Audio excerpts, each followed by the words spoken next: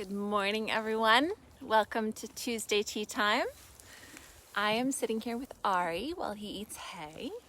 And in the woods there we have Atlas. And then beyond him we have Ram. So a really exciting thing just happened just before I turned the camera on. Atlas and Ari spent about 5 minutes sharing the same hay pile. And that may not sound like very much. They do have hay nets they share on either side of a barrier, so they can't chase each other away. So I think that helps them.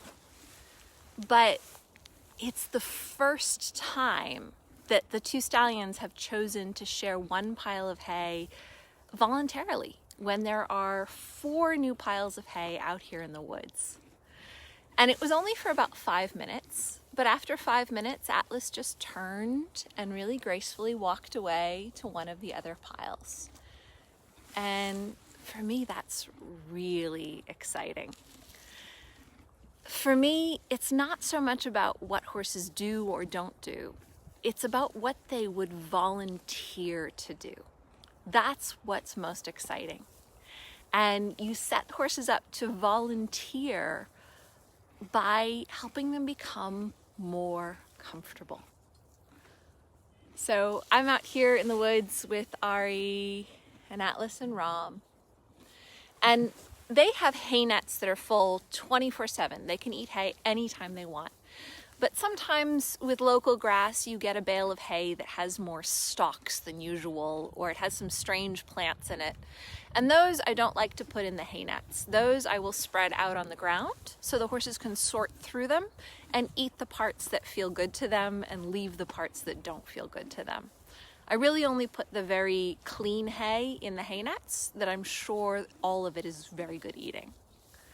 So from time to time, we'll end up out here in the woods with extra piles of hay. And horses like variation. They like having different places to eat and different things to do. So today, thank you guys, all of you who have joined me and all of you who will watch this later. Today I wanted to discuss a set of words that a student came up with for me, and I'm hugely appreciative. And the idea is with freedom-based training, there's 3 very simple things we do. We observe, then we respond, and then we assess.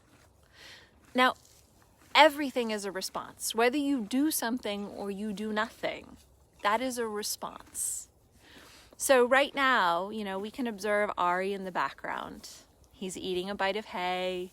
His ears are very relaxed. He's in a bit of self-focus. He picks his head up so he can see a few different things, but you can see the ears are still very much up to the side in self-focus. Now, when I sit here and I don't move, his feet aren't moving, I'm not moving, we're matching in our stillness. What I'm doing is I'm confirming for him that I appreciate his behavior. Anytime you match a horse or you complement their movement, you reinforce it. Anytime you are different from them, the more dynamically different from them you are, the more they get the message that you would like different behavior. But a really important part of this is the assessment. Okay, so if I observe the horses and then I decide if I'm going to flow with their action and confirm it, or I'm going to take more action than them to tell them I would like something different, then after that I have to assess and think if it's been a benefit for them, as in their overall life is getting better because of our relationship, or it's too stressful for them. Because there's lots of different ways I could move around the horses. And I have to assess, was this choice that I made actually of benefit to the relationship, or if it was of detriment to the relationship. Yeah. Diana, I know. The hay, it does look really good. I wish I could match him exactly and eat hay, but I can't. So I will sit with him while he enjoys the hay. In my first 2 movies, I had a sense of pressure. I had something to prove. And that meant that even though a lot of the work was done in passive leadership and supportive leadership and assertive leadership to the degree that I'd earned it, because I felt this pressure to prove something, a lot of my work was in what I call insistent leadership, which meant that I didn't really necessarily give the horse time to volunteer their actions. I pushed them to perform in the ways I wanted them to perform sooner than they would volunteer. And there's nothing wrong with that. You know, for me, insistence is just short of dominance. Dominance, you usually have to have a tool. You have to have a rope or a halter. You have to have a stick. We're just not big enough in our human bodies to dominate very well if we don't have a tool. And to dominate is to make a horse really uncomfortable on the way to agreeing with what you ask them to do. Yeah, Shelley, it is a beautiful day here. The sun's kind of coming and going, but you know, it's just for January. This is pretty darn nice. So, when we think about freedom-based training, in an ideal world, there's no pressure to change the horse. I mean, that's what freedom is. The freedom to be who you are. The freedom to make the choices you make, good or bad. Freedom sort of implies a lack of pressure. So even though the first 2 movies I made were beautiful and groundbreaking in some ways, they also were more pressured than my ideal. And I would say that during this 3rd movie that I'm filming with the stallions, with Ari, who's here, and Atlas, who's the Palomino up in the woods, I have taken a lot of that pressure off. So I don't feel like I need to go to insistent leadership as much as I did in my first couple of projects. This means progress is way slower. I wait for things to happen naturally. I wait for the horses to volunteer what they would like. And, you know, that's why it's so exciting. For those of you who are here at the beginning of this Facebook Live, I was talking about how right before I turned the camera on, Ari and Atlas shared a hay pile completely voluntarily for the first time ever, for about 5 minutes. And then at a certain point, Atlas got tired of sharing, but he wasn't angry. He just wandered off to one of the other hay piles. This voluntary sharing of something is really, really meaningful. Now, I could insist they share. There's a lot of things I could do to talk them into it, even if they didn't think it was a good idea. But it's so much more gratifying for me when we work on all of the pieces they need to feel comfortable enough to volunteer that kind of sharing behavior. Annie says, do you see any difference in the horses yet? You're going to have to ask a more specific question than that. I see differences every day. Really strong differences from day to day, and really strong differences between one horse and another. The 3 words that I'm going to come back to over and over is observe, respond, and then assess. Did that make it better or did that make it worse? And every time I can do that pattern, observe what the behavior is, respond to it in some way. I'm either confirming it and reinforcing it by matching or flowing, or I am opposing it in some way by being more active than the horse. If I'm being more active than the horse, that might make their life better or it might make their life worse. And that's where the assessment comes in. What actions did I take and what was the impact? Then next time I observe and respond, I can respond better. And then when I respond better and I assess, I can see if I'm headed in the right direction. So Annie says, the horse is trained with more insistence or less. Yes, it's really, really simple. The horses trained with more insistence have more fight reflex, which means they pin their ears more.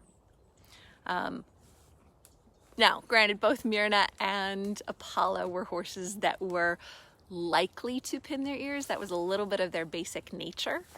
But I would tell you that Atlas and Ari, you know, between each other, they will certainly pin their ears in the horse herd. But with me, it just rarely happens. When I have less insistence, there is so much more peace in the relationship. Now, the occasional pinned ear, it's not a huge problem. It's a little bit gritty and fun, and you know, you can kind of lean into that relationship. I'm not saying it's bad. I'm saying I prefer to train even slower than I did in my first 2 movies and just bypass that fight instinct. Have it be more peaceful.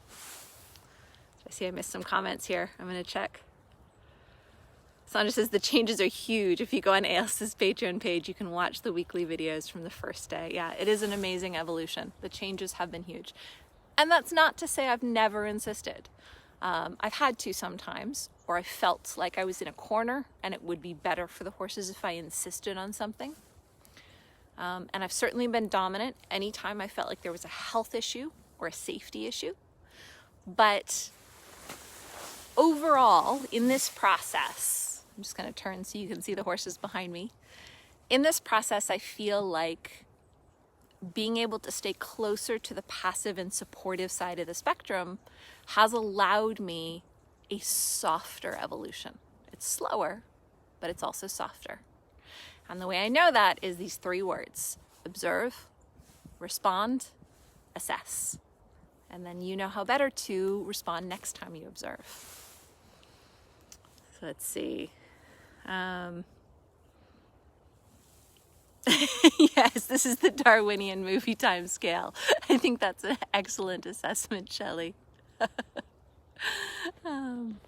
Yeah, so it was a slightly different question that Sandra answered, but I loved that you threw your answer out there too, Sandra, because it has been an amazing evolution through Patreon. Laura says, do you think they would have shared in that way if you hadn't been present? I actually do, because we'd been having such a nice morning that when they were in the other side of the paddock, I went back to my house. And when I came out of my house, they were sharing the hay. So I really think because I was actually away in that moment that Ari and Atlas started to share, it had very little to do with me. Now, did they know I was coming back in a minute? Maybe. I mean, I will always have some impact. I do live here. But I think it was minimal in this particular case. So, yeah, it's pretty exciting. I do get a little frustrated sometimes. Like I want them to behave differently faster, particularly when it comes to my 2 stallions living together. I mean, I love this big outdoor woodsy area where everything's so open. But because my stallions don't always get along, I have a lot of fenced areas where I can separate them. I would love it if they got to a place where I could take down most of my fences and just open everything up and let them have more space all the time if I didn't have to separate them. And I'm a little impatient sometimes. Like, I wish that I could make that happen faster. But then I have to acknowledge that's not really freedom. Freedom is the opportunity to make the choices you want to make, good or bad. And if the stallions need to be free to pick a fight occasionally, then my job is to keep them safe.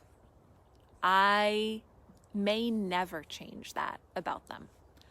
And my desire for freedom is more important than my desire for an ultimate outcome.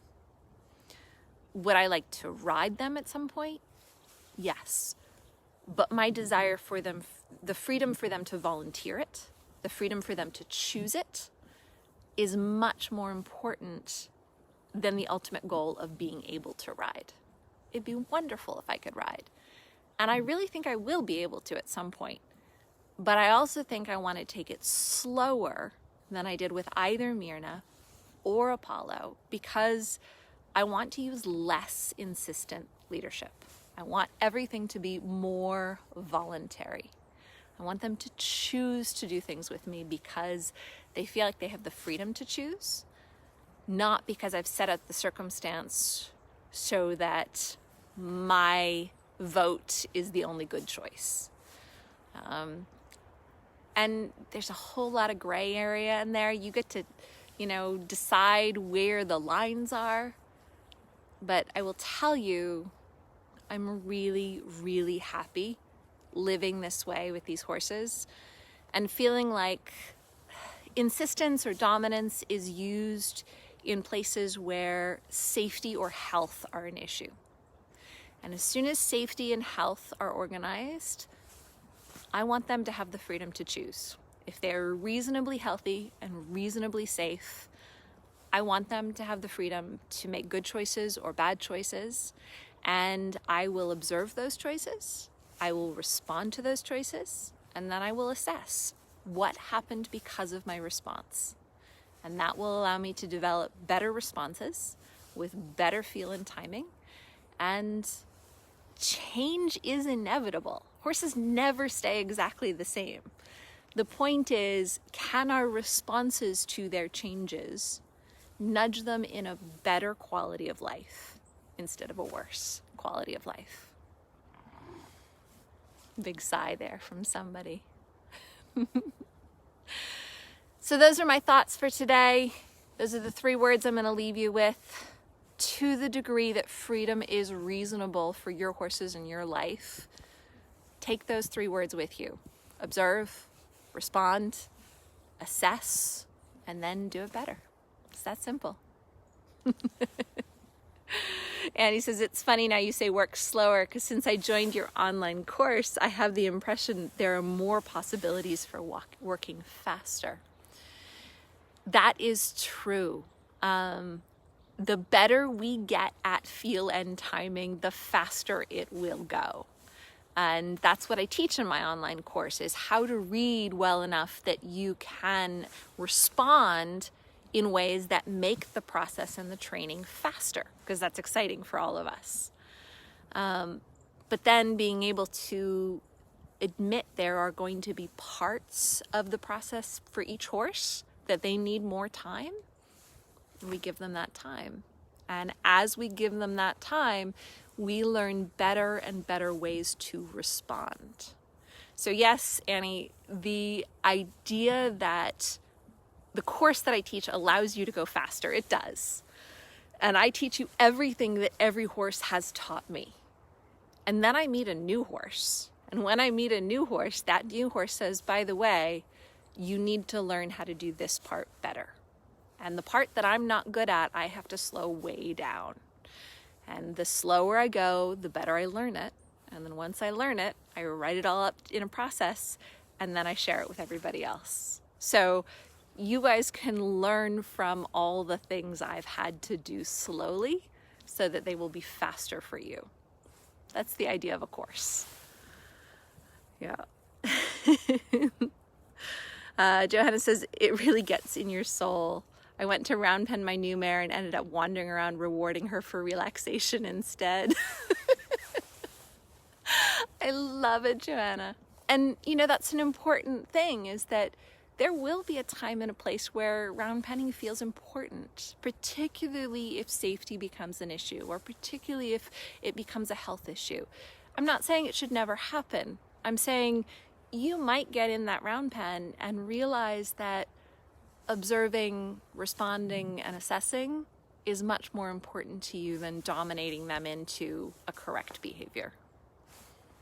So it's kind of fun to realize that over time, as we see it being successful, it becomes more and more important to us. Yeah, thank you for the good questions, Annie. Those were awesome. And yeah, I agree, Karen. It is fabulous work. So I'm going to leave those thoughts with you guys as you watch the horses eating hay. Observe, assess. Actually goes observe, respond, and then assess. Because after you observe, you always have to make a response.